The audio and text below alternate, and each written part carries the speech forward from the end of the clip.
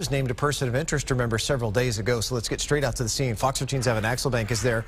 He's been there outside the Brian Laundrie's home in Northport all afternoon and has seen all this activity, Evan, of the last couple hours. It's been a bit of a strange night. You finally have a few answers here. I know the family's attorney says that's the big shocker for us. They don't know where Brian is either. Yeah, and that's right. His attorney released a short statement saying that FBI agents were here at the Laundrie family home to get information from the family in an attempt to help find Brian. We have also confirmed tonight that Brian has not been heard from by family since Tuesday. So now we're 3 days from that. Both he and Gabby are now missing, both of them. Here's what it looked like as officers were going in and out of the home. They got here about 6:30. They left about 8:50 or so. The home had been surrounded all day by media and angry residents shouting at the family to speak up and for Brian to say what he knows about why Gabby hasn't been heard from since August 25th. We now know Brian was not at home. The lawyer, Stephen Bertolino of New York, says the FBI was inside helping to collect property to help find Brian.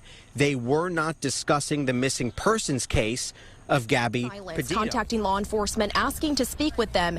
That's when they reported Brian missing, saying they had not had any contact with him since Tuesday when he left with a backpack, telling them he was coming here to the Myakkahatchee Creek Environmental Park in Sarasota County. Now, they did not give investigators any information on Gabby, only that they were concerned about Brian's whereabouts. So he, too, is now being listed as a missing person. Investigators were able to retrieve clothing from his home to help give canines a scent to go off of. And since yesterday afternoon, they have been searching the Carlton Reserve, utilizing multiple law enforcement agencies, drones, airboats, ATVs, and canines to search for any sign of Brian. But this is no easy task. This area is swampy and heavily wooded, with the Carlton Reserve presenting over 25,000 acres of area to search. I've been back there once or twice, and it is large. The first time I was in there, I actually got lost. Trying to see if he's out there.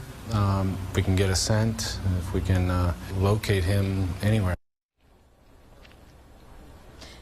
Now, as the search for Laundrie continues for the second day here in Northport area, the search for his 22-year-old fiancée, Gabby Petito, continues in Wyoming at the Grand Teton National Park. The pair was traveling cross-country, documenting their travels on social media, but Gabby's family reported her missing on September 11th after not hearing from her for over a week. Her family released a statement this weekend in response to Brian's disappearance, saying that they believe he is not missing, but rather hiding. Now, Brian has not been named a suspect in this case, rather just a person of interest. However, authorities do believe he could have crucial information that could help them lead them to where Gabby is now. But their main goal right now is locating both Gabby and Brian. Like I mentioned earlier, search efforts are already beginning to get underway out here. We saw crews pulling up about 30 minutes ago, ATVs heading in there just a few minutes ago as well. So things are definitely starting to pick up. The FBI says the public's help is crucial. Anything and everything, the smallest tip could really help them break this case wide open. So if you have any information, you're asked to give them a call, 1-800-CALL-FBI. Of course, this case continues to develop, so we'll keep you updated here on Fox 13 News and on our website, Fox 13 News. An Arkansas native and her wife who were found dead in Utah.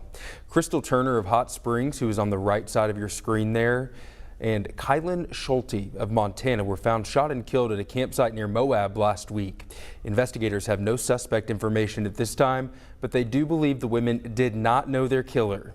22-year-old from Northport, Florida. We have the latest, including calls for her fiance to finally come forward and speak. Plus, police comment on whether a Utah couple's murder is connected to Gabby's whereabouts. It's all coming up here. We got team coverage, folks, on WFLA. The woman running outside a gas station convenience store.